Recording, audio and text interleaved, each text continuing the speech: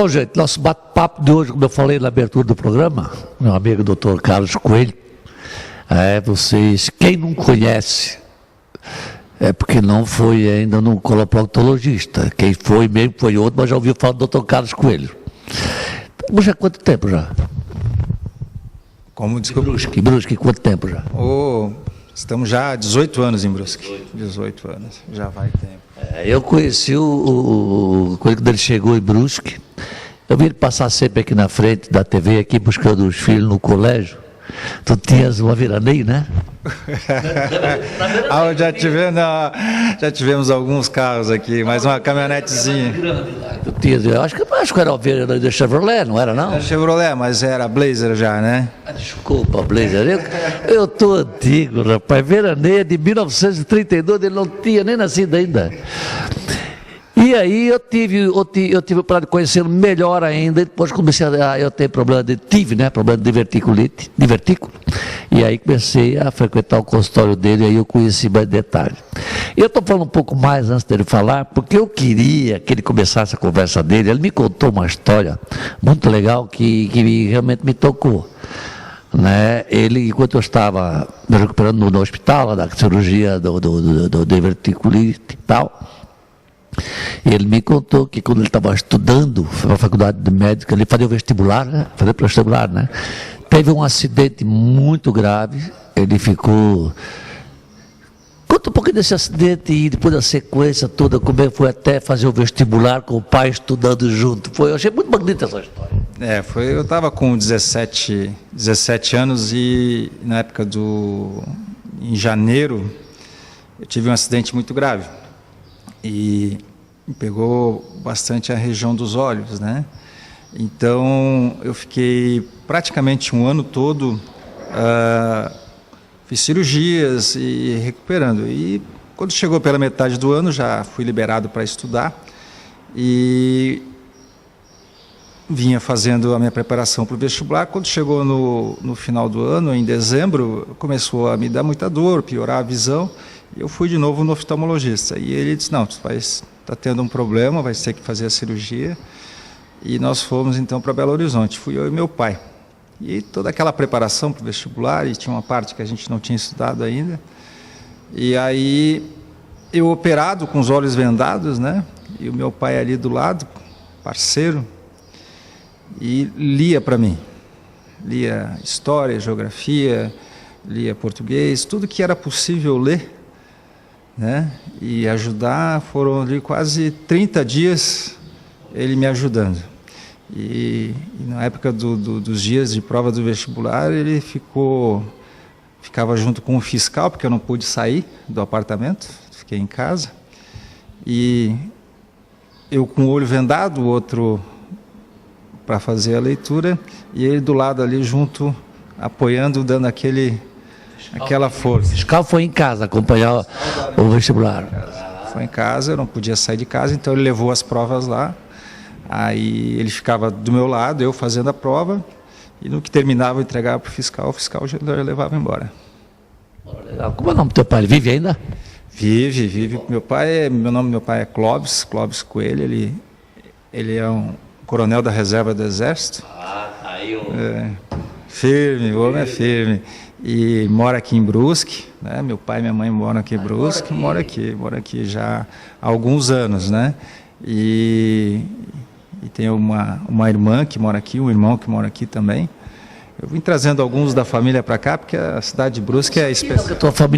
Eu não sabia que a tua família tinha vindo para cá, para morar ao redor do filhão aqui. Teu pai é o coronel da reserva hoje. Exatamente, porque eles estavam morando no Rio de Janeiro, em Niterói. No Rio de Janeiro. Aí a violência é muito grande lá, né? E um dia assaltaram ele, eu liguei para ele, pai, aqui a vida é mais tranquila, mais calma. E aí foram vindo, né? E só uma irmã que veio, que agora tá em Navegantes, mas os outros que vieram estão todos aqui, né? Teus pais do Coronel Clóvis e Dona Francisca. Coronel, Dona Francisca, parabéns, isso realmente é um exemplo. Eu pedi para o seu filho contar essa história, eu combinei com ele antes, raramente eu faço isso, até porque é uma coisa muito pessoal, mas é um exemplo que vocês deram, né, de que muita coisa poderia ser evitado com nossos jovens se todos os pais tivessem esse comportamento. Mas agora vamos ver o que o filho sabe tudo de medicina. Então, Coelho, a gente conversou semana passada com o seu colega Terueto, né, em função do Novembro Azul, sobre próstata e tal.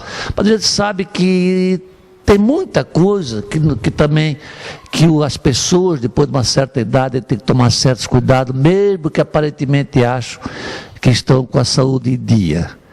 Na sua visão, assim, qual é o grande erro, digamos assim, que esse povo está fazendo em não atentar para certos detalhes no que diz respeito à sua profissão de coloproctologista, que é a parte intestinal, né? Quais são os primeiros sinais que isso dá quando alguma coisa não está bem?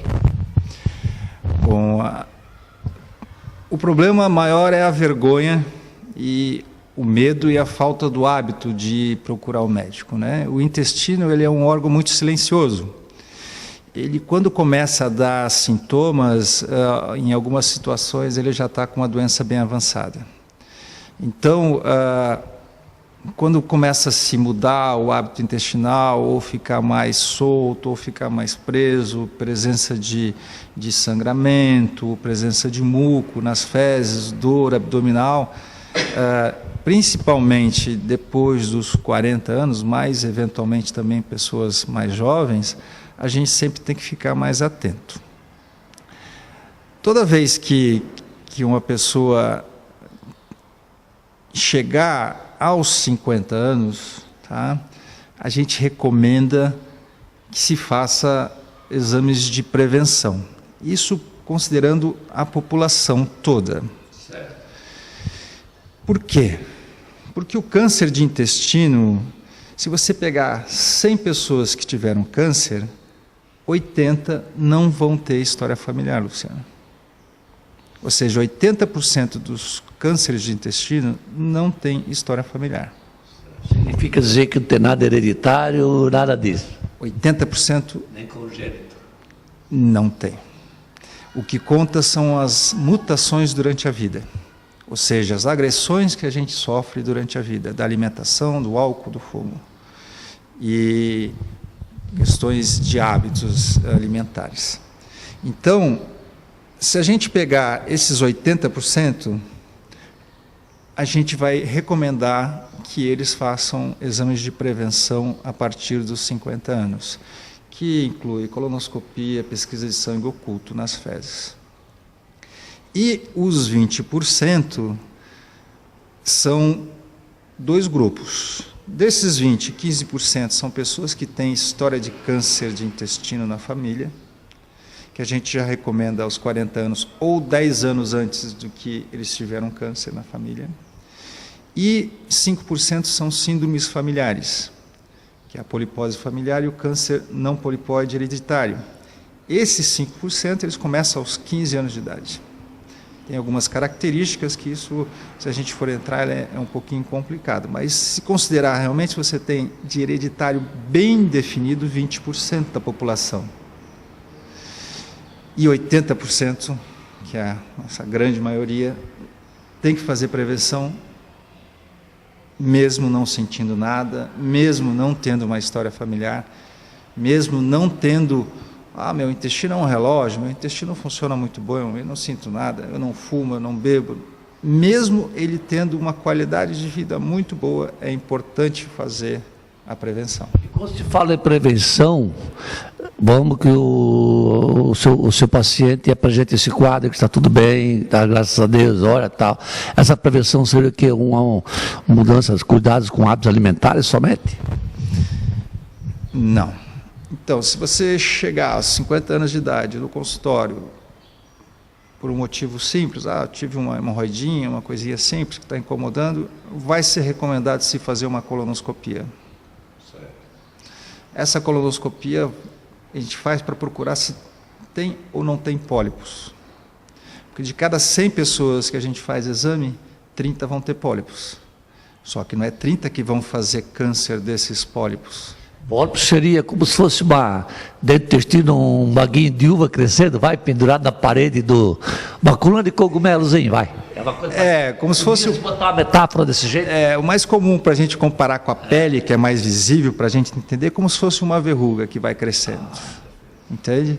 Então, é um tumor benigno, que ele tem uma taxa de crescimento, e quando ele tem uma taxa de crescimento mais rápido, e vai fazendo alterações de mutação, que ele começa a invadir as estruturas, é quando ele já está virando câncer. Então, você pode ter um pólipo benigno, você pode ter um pólipo já com alterações pré-malignas, quando a gente diz que tem displasia, e você já pode ter um pólipo até um câncer. Você pode ter o pólipo, às vezes ele tem um pescocinho, às vezes ele é um tapetinho, e ali já ter focos de câncer. Mas se for, se a pessoa tivesse acompanhamento, praticamente do câncer do intestino é quase 100% de cura se pegar no começo. A gente vai ter, desses 80%, alguém que vai fazer câncer antes dos 50 anos.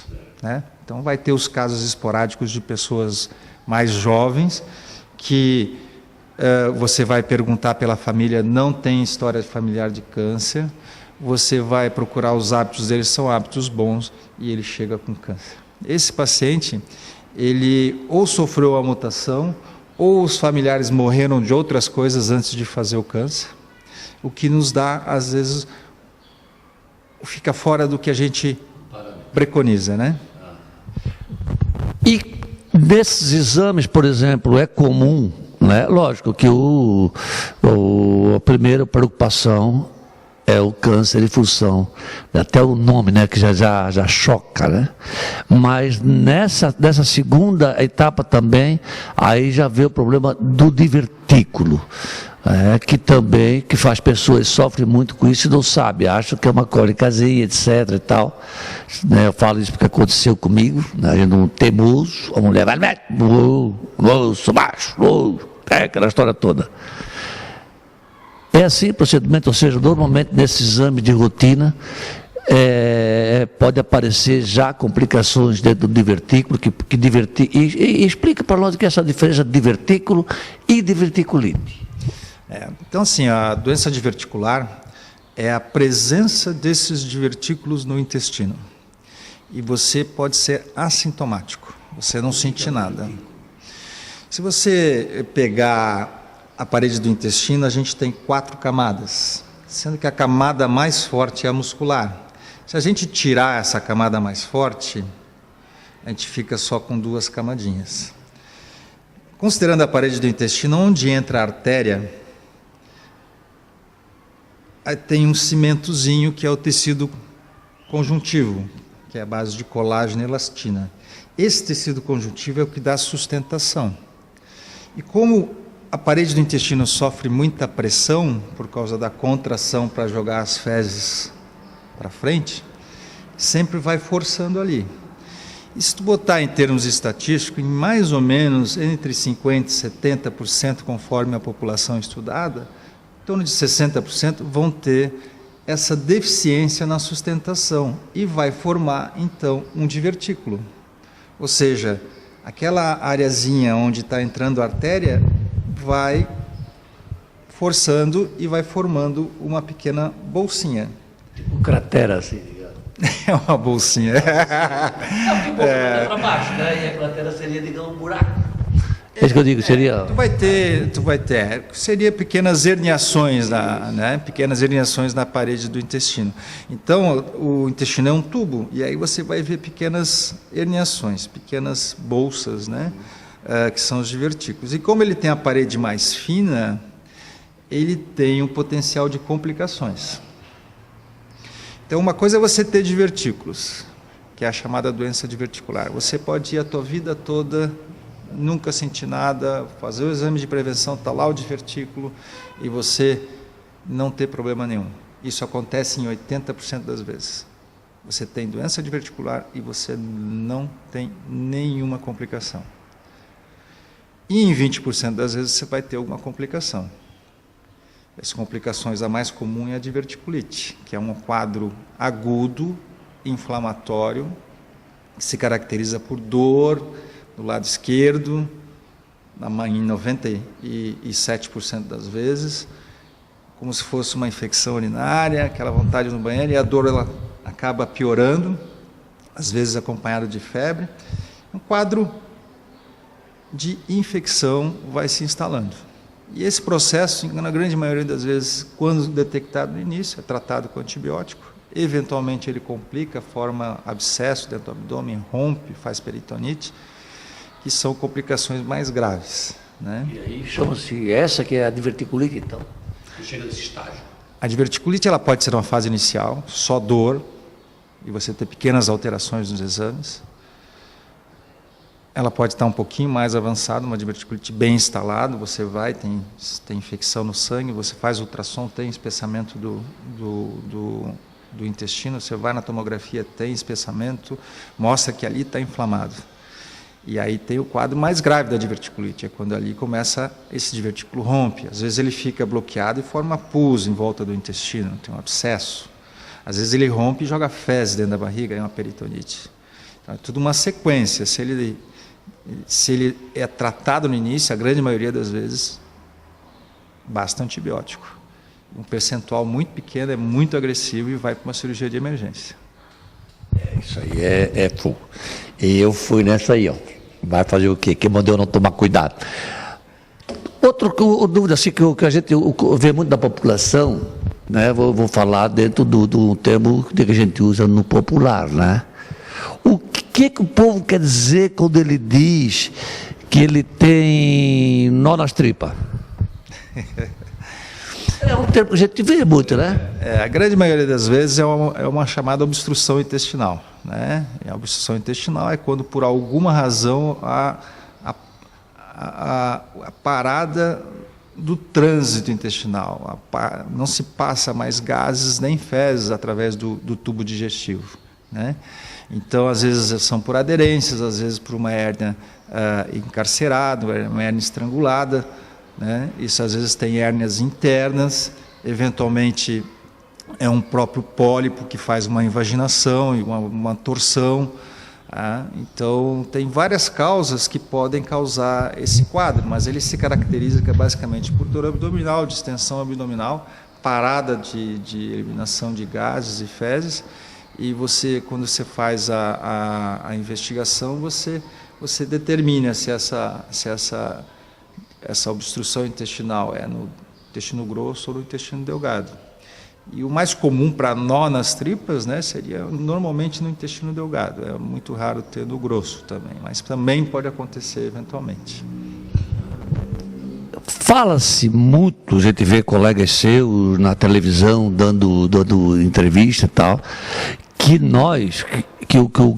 a grande solução para quem tem problemas intestinais, que fala-se muito também de problemas, o que é o intestino preso, que se diz também, né? Que pode ser o nó na tripa, calculo eu, não sei, o intestino preso, mas que normalmente porque a gente toma pouca água e pouca fibra, então ele vem as fezes vêm empedrada, que se diz, né? E isso, presumo eu, que deve ter uma contribuição grande para todos esses males que vêm desde do vertículo, essas coisas tudo, né? As sementes que se comem, essas coisas, isso agride realmente o intestino. Qual seria o comportamento que nós deveríamos adotar para evitar isso tudo? Então, quando se fala de constipação, 99% dos pacientes que reclamam de constipação, eles têm uma dieta inadequada, ou seja, eles não comem fruta, legumes e verduras numa quantidade razoável, que depende de pessoa para ter uma resposta. Tem pessoas com uma pequena quantidade de fibra, o intestino funciona, tem pessoas que têm que ter um pouco mais.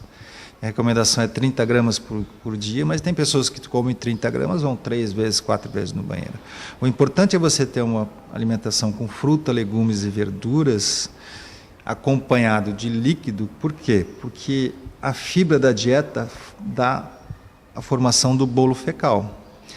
E o líquido, quando você está bem hidratado, o seu intestino não precisa tirar líquido das fezes. Que uma das funções do intestino é puxar água, porque além de ser um órgão de estocagem das fezes, uma das funções dele é que quando o rim manda uma informação, está faltando água, ou seja, você está bebendo pouca água ou líquidos, né? Ele manda uma informação que o intestino começa a puxar mais água. Então, se você tem uma alimentação com fibra e não toma água, eventualmente tu pode vir até ter um ritmo regular, mas com fezes endurecidas, que também é uma das queixas das pessoas. Então, assim, a alimentação com fruta, legumes e verduras, o ideal é que seja 5 vezes por dia, né? Café da manhã, meio da manhã, almoço, meio da tarde, à noite. Tem... Até para dieta, né? Para o regime, né? Digamos. Hoje a parte nutricional é muito importante para a qualidade de vida, sabe? Em relação à doença diverticular, uma das coisas que para as pessoas que têm sintomas de dor, desconforto, inchaço relacionado à doença diverticular, na maioria das vezes só com uma dieta rica em fibras resolve os seus problemas sem precisar usar medicação, né? E em termos de prevenção de câncer também, na própria Inglaterra, nos hospitais tem placas que dizem você não precisa fazer terapia ortomolecular para você ter uma melhora no seu organismo, você precisa ter uma alimentação com alimentos coloridos 5 vezes por dia. E isso é um dos fatores que contribui para a prevenção, para que você não sofra tantas mutações durante a vida, tantas agressões na tua célula do aparelho digestivo. Entre todos esses males que nós falamos, alguns dos males, vocês têm outros piores ainda, né? Porque já falamos do câncer, falamos de vertígula, e tem também a doença de Crohn, né? Que a gente ouve falar de vez em quando, né? Onde a pessoa, pelo que a gente sabe, ela é cometida de diarreia permanente. É isso aí mesmo. O que é essa doença de Crohn? Como é que ela se manifesta? Ela é rara, não é tão rara ou não? A doença de Crohn é uma doença inflamatória. Quando a gente tem dificuldade de entender uma doença inflamatória, de uma doença infecciosa, imagina quando você está com a garganta inflamada por um quadro viral. Ela dói, ela incha, né? Às vezes ela fica ali, mas ela não tem a necessidade de se usar um antibiótico, como é quando essa inflamação da garganta ela piorou, forma aquelas placas de pus. Na doença de Crohn, você tem uma reação inflamatória exagerada do seu organismo contra o seu aparelho digestivo. Tanto que a doença de Crohn ela pode acometer tanto da boca até a região do ânus. Ela é mais comumente acometida no final do intestino delgado e no intestino grosso. Mas ela é uma doença que nessa fase inicial ela pode se manifestar com dor, diarreia, eventualmente até constipação, o intestino ficar mais lento, né? Você vai fazer o exame, ele tem uma doença inflamatória. E a tendência é ele piorando com o tempo. Essa piora ela pode ser rápida, em quadros muito agudos, e eventualmente ela pode gradativamente ir piorando no passar de semanas a meses, às vezes. Então, essa doença inflamatória, ela é mediada pelo teu sistema de defesa. A gente tem uma resposta errada, ou seja, já existem alguns trabalhos mostrando que tem componente genético, ou seja, essas pessoas que têm essas alterações genéticas, elas têm uma predisposição maior a ter essas respostas inflamatórias erradas. E pode ter desde uma resposta inflamatória leve até uma resposta inflamatória severa de maneira errada. Ou seja, tentando simplificar, é como se ela quisesse ir combater alguma coisa, algum vírus ou uma bactéria, mas não tem nada lá. Ele só está mantendo essa informação errada. Então, ele começa a inflamar a parede do intestino, essa inflamação ela pega desde a mucosa até toda a parede do intestino, eventualmente perfurando o intestino, eventualmente fechando, estenosando o intestino. E é uma doença que ela é grave. Ela é grave porque, eventualmente, ela te leva a cirurgias de emergência e, eventualmente, ela tem situações que ela requer um tratamento com drogas muito fortes. Até cerca de 10 anos atrás, quando se começou a se usar mais os imunossupressores, entre um deles a azatioprina, se começou a mudar a história, porque antes, em 5 anos, você estava operando de novo o paciente com Crohn. Ele vinha, se manifestava, às vezes tu operava de emergência, em 5 anos tu estava operando quase 80% deles de novo. Começou o uso da azatioprina. O serviço de Londres, o Hospital St. Mark's, na época, começou já a recomendar o uso da azatioprina na primeira consulta do paciente. Ele é um medicamento, é o princípio... A azatioprina é um imunossupressor e é comprimido. Você usa diariamente ele. E eu, na minha casuística, eu não tive mais ninguém reoperado. E nos últimos anos vieram as medicações mais fortes, que são chamadas anti-TNF, que é o Humira e o infliximab, Remicade. Essas duas medicações, elas têm a mesma ação de imunossupressão, só que são mais fortes. Então, eles têm alguns efeitos colaterais mais fortes, assim como que tu pode ter complicações severas relacionadas à infecção e um risco maior de ter câncer. Então, assim, quando se é necessário, se usa essas medicações. E tem algumas colegas já defendendo o uso dessas medicações numa fase inicial, ou seja, o paciente chegou, já começa com essas medicações mais fortes. Então, são algumas coisas ainda a serem definidas, mas que trouxeram para o paciente que tem doença de Crohn um benefício muito grande. Porque esses pacientes agora raramente vão à cirurgia, eles têm uma resposta muito boa voltando ao trabalho, voltando ao seu dia a dia, né? E você tem quadros de remissão completa muito bons com essas drogas novas. Apresenta algum sintoma na fase inicial, assim, são dores também, da mesma coisa que o divertículo? Dor abdominal, a grande maioria começa a apresentar diarreia, né? Anemia crônica, às vezes você tem variações, né? Você começa a ter variações de peso, nas crianças dificuldade de aprendizado, de ganho de peso, uma série de coisas que mostram que tem um processo crônico no teu organismo, né? Quando chegar nessa hora, tiver alguém que tem um quadro parecido, não custa, né? Visitar o médico e fazer os exames. Outra questão que também tem o intestino solto, também é uma expressão popular que existe, né? Isso quer dizer o quê? Seria justamente a pessoa não ter mais a musculação para segurar, para não sair? Não, tem duas coisas. Uma seria o intestino solto, no sentido de que você vai no banheiro facilmente, e a gente considera dentro da normalidade até 3 vezes por dia, contanto que tu não tenha dor, não tenha desconforto, não tenha inchaço, não tenha sintomas. Aquilo seja uma coisa tranquila. Tu vai no banheiro até 3 vezes por dia, está dentro da normalidade. Quando passa de 3 vezes, a gente pode até ter tudo normal, mas a gente sempre preocupa em investigar, e principalmente a qualidade das fezes, se elas são normais ou não, se elas são fezes que são quebradas, que são diarreicas, se tem presença de muco, sangue, pus, essas coisas todas. Mas até 3 vezes por dia, com fezes normais, sem dor, sem inchaço, sem desconforto, é dentro da normalidade. Passou daí, aí tu começa a investigar. Aí tu vai investigar se não tem um parasita, se não tem uma bactéria que fez um quadro infeccioso e não foi resolvido, e ela está lá persistente.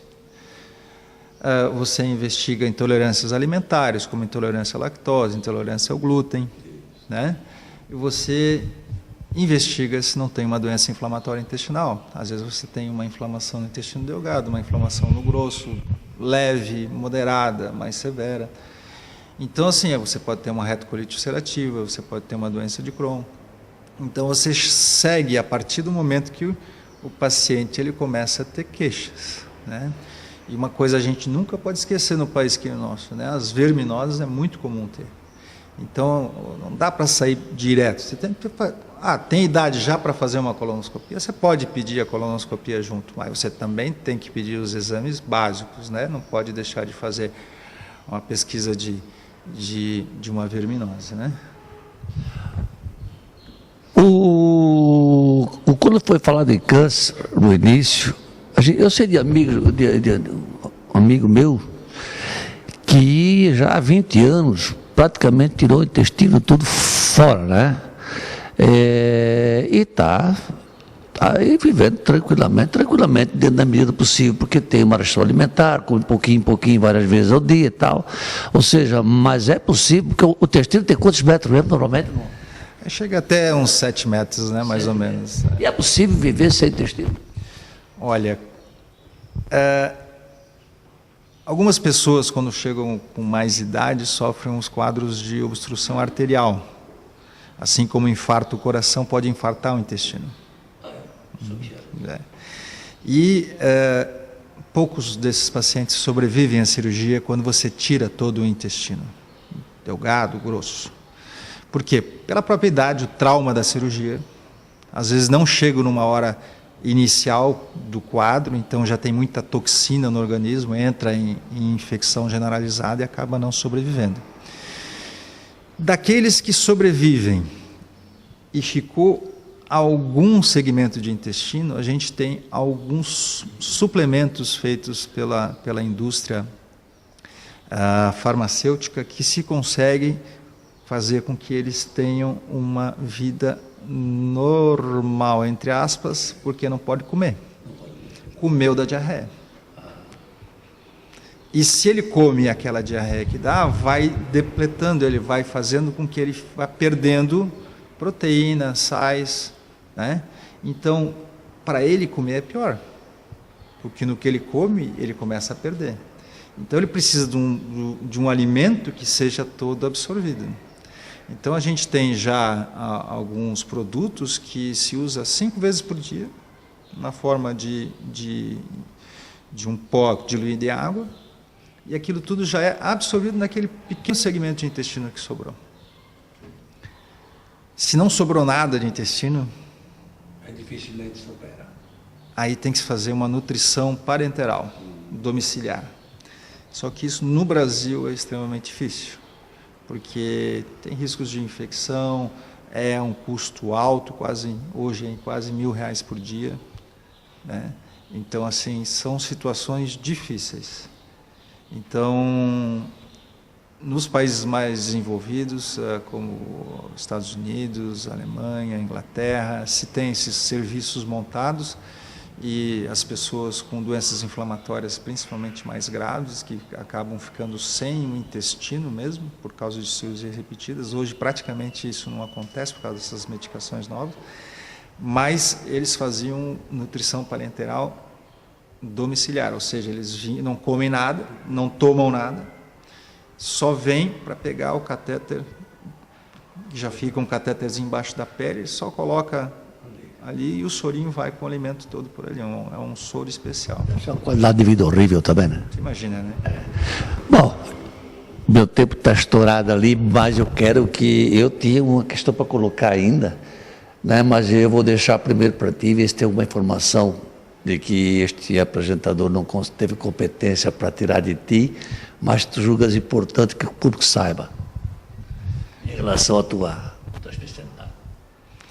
O principal é ter a consciência de que o médico está sempre para ajudar, que apesar da especialidade ela gerar um certo desconforto por causa do tipo de exame que se faz, ele é um exame muito importante, e principalmente porque o intestino ele não dá muito aviso. Quando ele dá aviso, eventualmente a gente já não tem muito o que fazer. Como testemunho para vocês, de quem já fez algumas colonoscopias, né, o exame em si é tranquilo. Você não... Hoje ele... A outra vez que eu fiz o exame com ele, eu disse, como é que é, doutor? Vamos fazer esse troço aí, dinheiro, senhor, já acabou faz tempo. Nem vê, entendeu? O preparo é um pouquinho de força de vontade, que é o suquinho, aquele líquidozinho para você fazer o preparo no dia anterior. É a única coisinha que mais incomoda para mim é isso. O exame em si, para mim, não incomoda absolutamente nada e também não tenho vergonha de dizer para vocês que eu já fiz. Olha, doutor, olha. Eu vou pegar umas minutinhas para mim. Um minuto. É o seguinte, ó. Eu perguntei um dia para ele, off, porque eu sei que tem muitas famílias que sofrem bastante com pessoas com dificuldade pesada, estão acamadas praticamente há muitos meses, pessoas idosas, pessoas com deficiência e tal, e que de repente surge uma cama toda, tem que usar fralda, essas coisas. Aí eu perguntei para ele, por que essas pessoas não podem ser ostomizadas? Ostomizadas é colocar aquela bolsa que eu usei durante 3 meses na recuperação da minha cirurgia. Essas pessoas que têm esse fardo em casa, essa cirurgia não seria o ideal para tirar bastante desse sacrifício de quem está cuidando de uma pessoa que está imobilizada numa cama? Olha, existem indicações absolutas, né? Mas considerando a situação que tu falou, que tu citou, é muito complicado, porque é uma situação onde você tem que chegar dentro de uma avaliação específica do caso, porque considerar a família, o que ela pensa, o que ela considera uma ostomia, se ela prefere ter aquela pessoa que está ali ostomizada, melhora o tratamento, melhora a lida dela do dia a dia, melhora às vezes, mas às vezes ela tem um conflito de lidar com o seu familiar que está ostomizado e sem ter uma doença que precise estar ostomizado. Então, a colostomia, no caso de um paciente que tem alguma sequela severa de AVC, eventualmente até se faz em situações muito específicas, mas na grande maioria das vezes a gente não faz. A gente tenta fazer com que sejam laxativos, que as pessoas acabam tendo um cuidado. Eventualmente, tem pacientes que é melhor ter uma ostomia, uma colostomia, do que se manter sem. Principalmente quando fazem muito complicações severas de fecaloma, tem problemas relacionados que você possa ali na hora pesar e dizer para a família, e a família também concordar, que é melhor ter uma ostomia do que deixar sem. É isso que eu queria ouvir, porque eu vou dizer uma coisa para vocês, eu usei, não me senti incomodado não, tudo bem, eu tinha a expectativa de tirar, né, de reverter, mas mesmo assim, a higiene eu fazia porque eu não estava acamado, né, então não incomodava a família, e trabalhava normal e tal. Por isso que me surgiu essa ideia, eu sempre me perguntei, eu sei que aqui em Brusque tem uma associação de ostomizados, né, que é o termo que se usa, e eu descobri agora, são várias pessoas, são dezenas e dezenas de pessoas que convivem diariamente, alguns para o resto da vida, daqueles que foram operados de câncer, alguma coisa nesse sentido. Doutor, o seu consultório hoje é no? É no Espaço Vitale. Ali no pé da PAI. Não, o Espaço Vitale não, lá é do Ciro outro. O Espaço Vitale é onde? O Espaço Vitale é ali na Guilherme Niebuhr, número 101. Ali, quando você saiu do Hospital Evangélico, vai em direção a 1001, bem na descida do morro ali. Ah, tá certo, bem, tem o Espaço Vitale ali, tá certo. Ali é o teu consultório. Isso. E atendes em Brusque quantos dias por semana? 5 dias por semana, 4 dias na semana eu estou aqui, só na sexta-feira que eu não venho. Então, se você tiver alguma dúvida, dá uma ligadinha para o Dr. Carlos Coelho lá no consultório dele, marca. Né? E aí, se você se identificou com alguma das informações, olha, não faça que nem eu não, tá? Que deixa passar. Eu paguei preço alto por ser irresponsável. É isso aí, gente. Obrigado, meu amigo. Obrigado, Luciano. Obrigado. Eu gostaria de ficar bastante tempo aqui, mas a minha gerente lá já briga. Semana que vem, então, a gente volta com um novo programa no Ponto. E provavelmente eu quero trazer o padre Cláudio para falar um pouco da Faculdade São Luís. Vamos ver, eu acho que eu estou negociando ainda. Nós estamos encerrando os programas, por isso que a coisa faz. Ela manda ficar quieta, eu falo mais ainda. Tchau, pessoal. Até semana que vem. Valeu.